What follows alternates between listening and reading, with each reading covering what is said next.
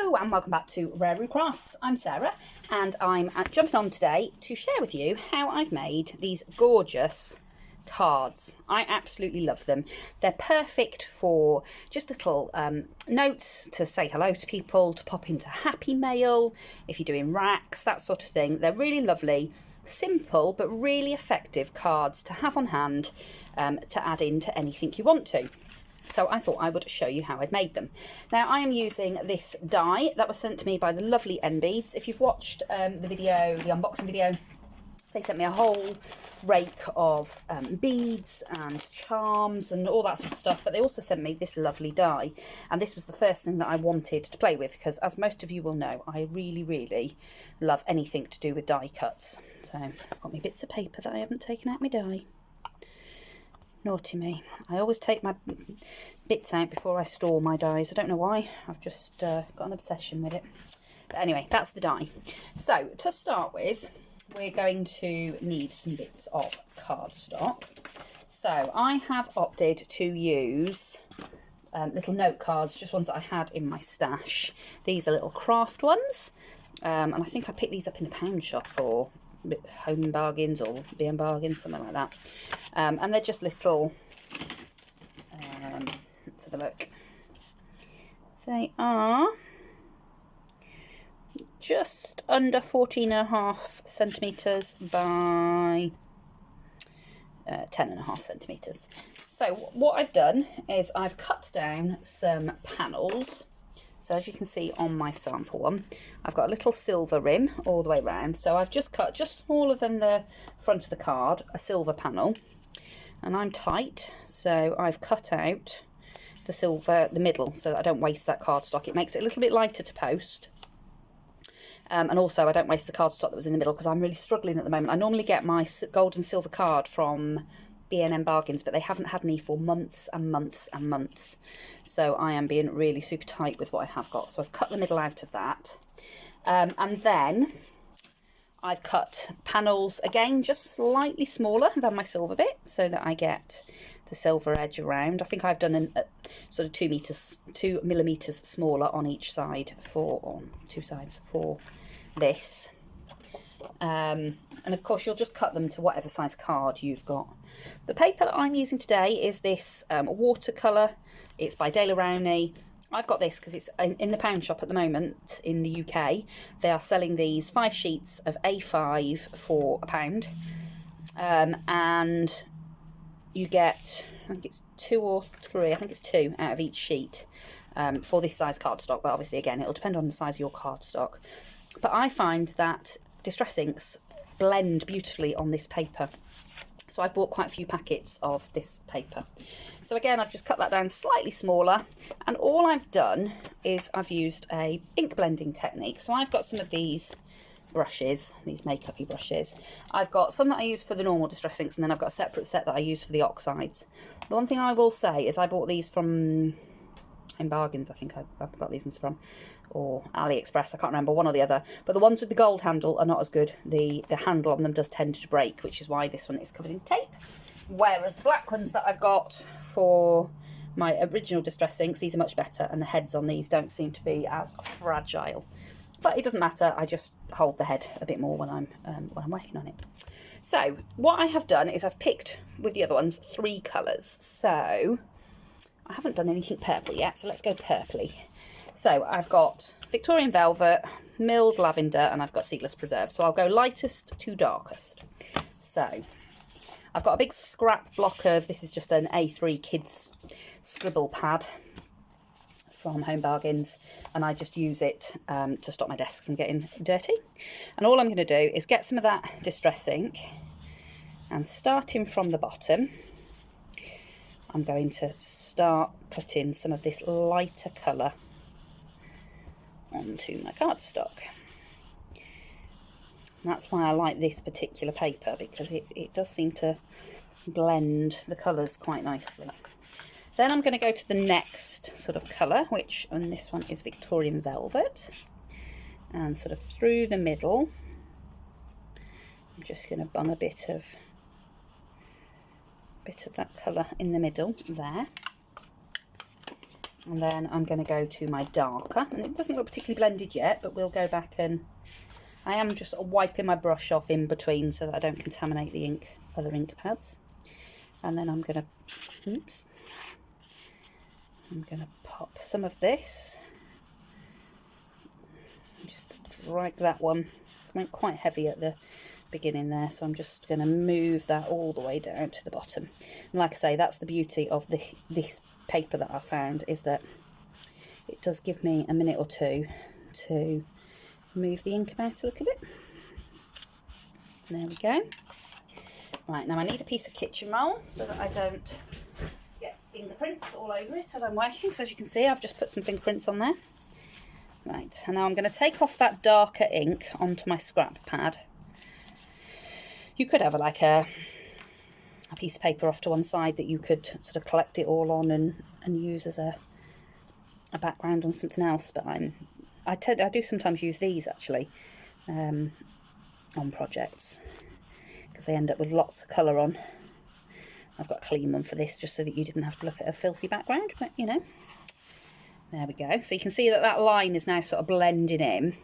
And then where we've got this darker harsh line here, where the milled lavender and Victorian velvet, and again I'm just going to go over that line with the brush, and it just smooths out that line there, and just smooth out. Now obviously if you wanted to keep the bottom really, really light, you can change your brushes so that you're working with a clean brush, because obviously mine's got the darker on it, and then you can come back in with a bit of that lighter. And this is the lovely thing about the oxides, is you can sort of layer them over the top of each other because they're opaque. They will layer over each other. So I just wanted a little bit more of that lighter in there, and then blend that all in together. And there we've got that gorgeous start to our background. I really like that. And then to add a bit more pop and interest, I have been using some stencils over the top of this. So I'm just having a look at what I've got out. What haven't we used yet? Let's go for this leafy one. So, rustling packet because I didn't open it beforehand. Apologies. So all I'm then going to do is take my stencil over, lay it over the top of my background, and I'm going to take a wet wipe, and I'm going to make sure that as much of that moisture is, you don't want it really, really wet. You don't want it dry, but you don't want it really wet. And then I'm going to hold my stencil down, she says, and then I'm going to rub just where I want to create some pattern, and I'm just going to lift a little bit of the ink. Now as I'm moving into the lighter colours, I am just picking a fresh bit of the wet wipe, just because otherwise you might move some of your darker ink down into your lighter ink, which can look cool in itself. That can make a cool texture. And all you're really doing is you're lifting, because the oxide inks are water based and water reactive, you're lifting some of that ink up. And I'm just going to line that up a little bit so that I can carry that one on, and then I'm going to spin that round and just put a little bit there. There we go. Lovely. Just give the stencil a bit of a wipe off onto the mat below, and you can see it's starting to create some texture on this. That's why I quite often end up using these papers. So that's really, really pretty. So that's one. So I'm going to do a couple, and then we will actually put the card together. So for this one, choose a slightly cleaner part of the mat. I'm just going to give my brushes a quick clean, because I don't want them to contaminate, obviously, different coloured ink pads, and I'm going to go for a different colour scheme this time. Bear with me, I'll just pause while I clean these brushes.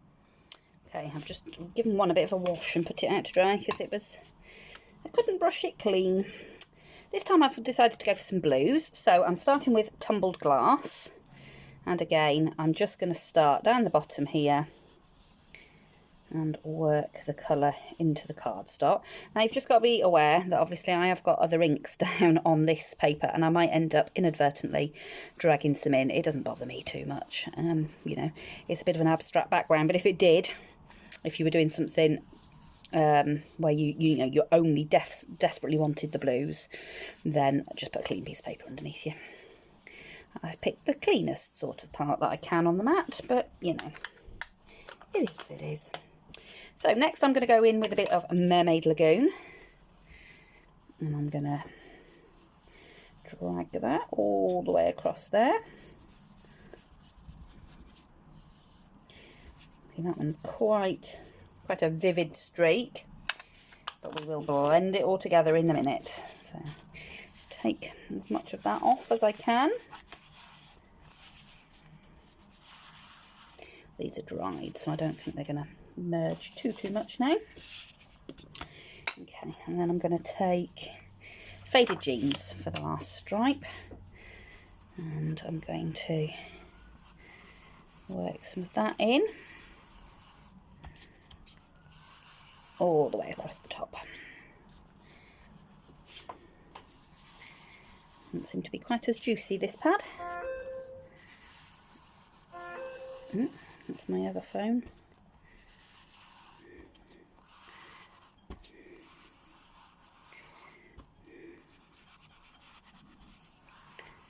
I'm making the desk shake. I do apologise. There's no other way to do it.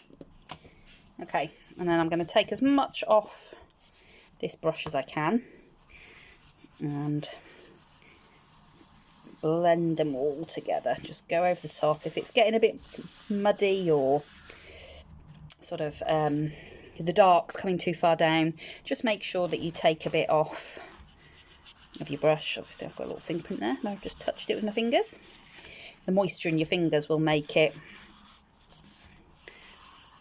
will sort of transfer the ink off the paper and onto your fingers, so that's why I use a piece of kitchen roll to hold it down. I'm just going to put a little bit more of the light on. I'm just layering this over the top, and then again I'm just going to blend that in with my brush. There we go. And then we've got that lovely 3 tones from light to dark. And again, I'm going to take a stencil and lay it over the top. This time it actually fits. Oh, it looks like raindrops. Let's do it that way up. And I'm going to take a wet wipe. I'm going to get clean this time, so again I don't transfer any colour. Wring out as much of the moisture as I can, and then I'm going to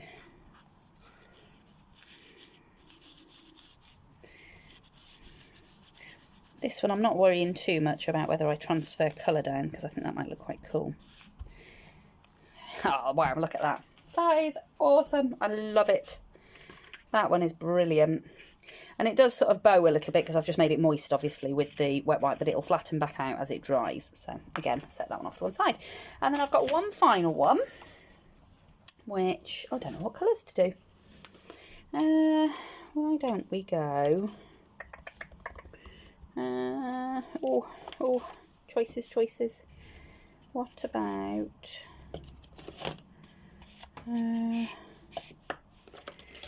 this is me trying to choose. Really not good at making choices. This is what I do. I just sit and play with them. Right, let's do something completely wacky with this one. Let's start with some squeezed lemonade. Let's get some of that on the brush.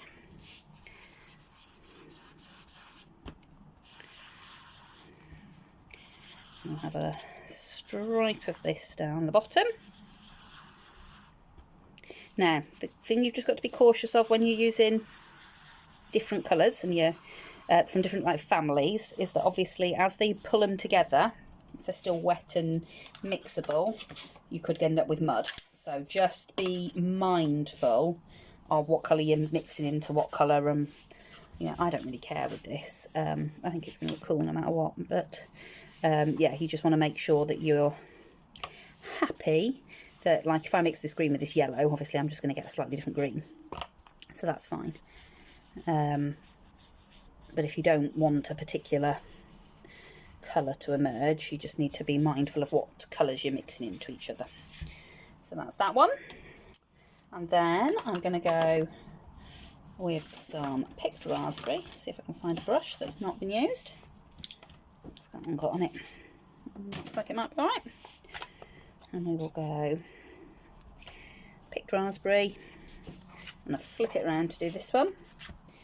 And grab a piece of kitchen roll just to hold it down with. And I'm going to put some of that in here.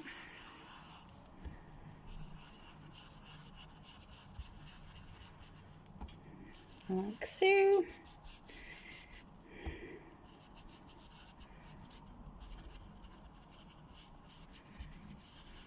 Like that. Okay, and I'm going to take this one, which I think is reasonably clean.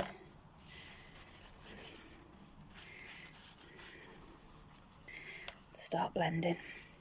So you can see where that pink and that green have come together, there is a bit of a darker, so that could have gone quite muddy. But because it's the oxides, they're just sort of blending together. I'm going to get some of that pink off on my brush. And then flip this over. What colours have we got on these brushes? It helps to have a nice big brush to do the sort of blendy bit, but we'll go with what we've got. And then I'm just going to blend those in together. And look at that. Oh, that is epic. I just love oxide inks for that blendability. It's just phenomenal. It really, really is. Okay, so let's go with this one as we're going wacky. Where did I put? Oh, right, this one. Right, get away with this one if I use a clean bit. Obviously, if you don't want to use wet wipes, you could use a wet cloth and just wring a wet cloth out if you want to use something that you can use again. So it's just the water that you want. Oh, I love it.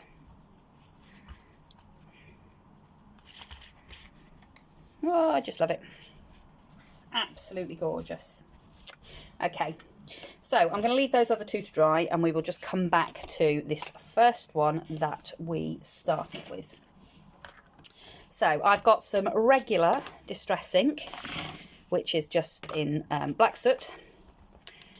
And to tie in the image that we're going to put on the front, I'm just going round the very edge of the card. Not tons, but just enough so that we're framing out this ink blended piece with a bit of black. And it'll just tie in what we're going to pull onto the front of our card. So we want the card with our frame on it, so we're going to, I'm just using white glue. You could use tape or whatever you want, but I like a little bit of white glue because it sticks, and once it's stuck, it's stuck. But also it just gives me that little bit of manoeuvrability. So I tend to use the Anita's Tacky Glue because it's thick enough that it doesn't warp the paper too much, particularly if you're using a slightly heavier. If I'm using very thin paper, I will use the Beacon 3-in-1 because that helps to reduce wrinkling. But if you're using heavier cardstock and that, the Anita's Tacky Glue is brilliant, and it's really cheap in the range. And then I'm just going to place that on like that and centre it up how I like it. So for those that aren't in the UK, Anita's Tacky Glue is just a thick white glue basically. It's got a lower water content than like your normal school glue, white glues have got. There we go. So that's on like so. And then I'm going to take my panel and I am going to chuck a couple of bits of tape on this just because it'll give me some instant grab, but I will also put some white glue on for longevity as well. I just find that with the tape, depending on where they're displayed, where they're stored, but I know obviously my craft room is my conservatory, and I do find with all the heat in the summer, things that have been made just with tape will sometimes peel and lift, and I end up having to go around and sort of stick things back on with white glue. So that's why I tend to have my back up. I always use a pokey tool or something to get the backs off of the tape, just because I was finding I was getting like little, almost like paper cuts behind my nails from trying to pick the tape backing off. It was getting quite sore. So I started using a pokey tool or something just to lift those back ends. There we go. A bit of white glue on there, a lot of white glue on there. And then again, I'm just going to centre that up, and now I'm centering it with my silver piece that I've put on. I'm getting that as straight as I can get it. And there we are. That's already looking gorgeous. Now I've got my centrepiece, which is the gorgeous die cut. So again, this came from NBEADS. They sent it to me in a package of goodies. The links for NBEADS will be down below. I'll link this die, and there's also a discount code there if you wanted to go and have a look at that. I'm going to now just put some glue on the back of this.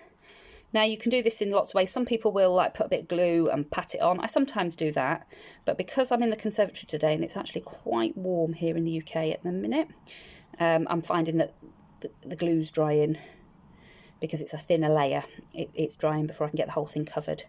So I do tend to go in with my precision bottle. I'm not too worried if a bit comes through on the other side. I just mop it up when I put it down. So I try to make sure that I'm particularly getting the stems of all the trees, because otherwise they lift, because they're skinny, and then I'm getting a bit of glue here and there where I can get it. Try and get all the sort of edges and things, because obviously that's what's going to hold your piece down. And then I just, scatter a bit about here and there. If any bits are sticking up once I've done it, I'll just go and put a bit of glue underneath them. I'm popping my little house, village and trees die cut off slightly to the left side, and that's because I'm going to put a sentiment down the bottom right here. So as you can see, some of that glue does sometimes squeeze through. All I do is get a kitchen roll or a rag or something and just mop it up. And there we go. Looking amazing. I have then die cut just from my stash. I've got these little banner dies. You could just cut a piece on your paper cutter or with scissors or whatever. The only reason I've done it is just because it helps the sentiment to just stand off the background a little bit more. You don't need to put it there. You could just put the sentiment on its own. I just like a little bit. This is it's like a vellum, but it's got a slight pattern to the vellum. Don't actually know where this came from. I've had it since I started crafting. I think my daughter might have got it from, she worked in a little crafty gift shoppy thing, and they did like little classes for kids, and they closed down. And when they closed down, it was around the time that I just started crafting, and she brought me home. She bought a load of stuff off of them when they were closing down. And this might have been in with all of that. I don't want the full length of this banner on my card, so I'm just going to trim that down like so. You could ink the edges and things. I want it to be really subtle, so I'm not going to. I'm literally going to stick it on as is, and it will disappear into the background a little bit once we've glued it on. So again, I'm going to get a load of white glue on there. I'm going to line that up with the edge of the first panel and the bottom there, and then press it in, and you can see that the stems of the trees and everything show through. So it is very subtle, but it's just enough for me to just help that hello pop off the background a little bit more. You could cut the hello out in black or something, but I quite liked that little accent of silver around the edge of the panel and then in the sentiment. And then obviously we've brought the black in from the centrepiece by just edging the focal panel with a little bit of black ink. And I think it's subtle, but it's just enough to make everything have its own sort of place on the card. And there we go. Just give that a good press down, and then again you just go over it with a little bit of kitchen roll, so any glue that's seeped out is just picked up. So that's looking lovely. And the final touch for this, I've just got some sequins. These are just clear sequins. I got mine from the range in these little, you get these little tubs from time to time with all different colours, and sometimes you'll find tubs that have got clear sequins. So I'm just going to put a little glob of glue, and just wherever it looks like it could do with something extra. I do work by the rule of using odd numbers, because it's supposed to be more visually pleasing, and I've got to say I do prefer it, the look of it, when it's in odd numbers. It makes me, I don't know, I do like the look of it. So I'm going to put 5 on mine, like so, and there you have it. Absolutely gorgeous. When that glue dries in the background there, obviously you won't see that, you'll just have the sequin stuck on there. So I'll do the other 2 panels, I'll make them into cards, and I'll just come back and show you them all at the end. Okay, so they are all complete, and I've got a lovely selection. I'm loving the multicoloured one, that's probably my favourite, but I've got a really lovely selection. I did 6 altogether, and these will be fantastic for my happy mails and racks, and if I just want to send my grandma a little hello card, this will work perfectly. You could also change the sentiment out and put new home or something. It would make a really lovely new home card as well. And as you can see, I just did a variety of, you know, greens, blues, pinks and purples, yellow out to orange on that one, and then my lovely multicoloured one here. And you could do this with a variety of different colours, and you get, you know, so that's slightly different. They're all completely individual. They've got the completely individualised backgrounds. You know, you can make them similar, but you'll never make them exactly the same twice.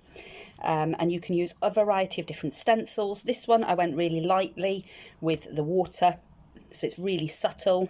This one I went a lot deeper with the stencil, so you can see the raindrops on that one a lot clearer. You could go in and add glitters, you could go around with a white pen and add some highlights and accents. There's so much you could do, you know, all with that one die to use as your focal point. So those are the cards that I've made. I hope you've enjoyed seeing the process of how I've put these cards together.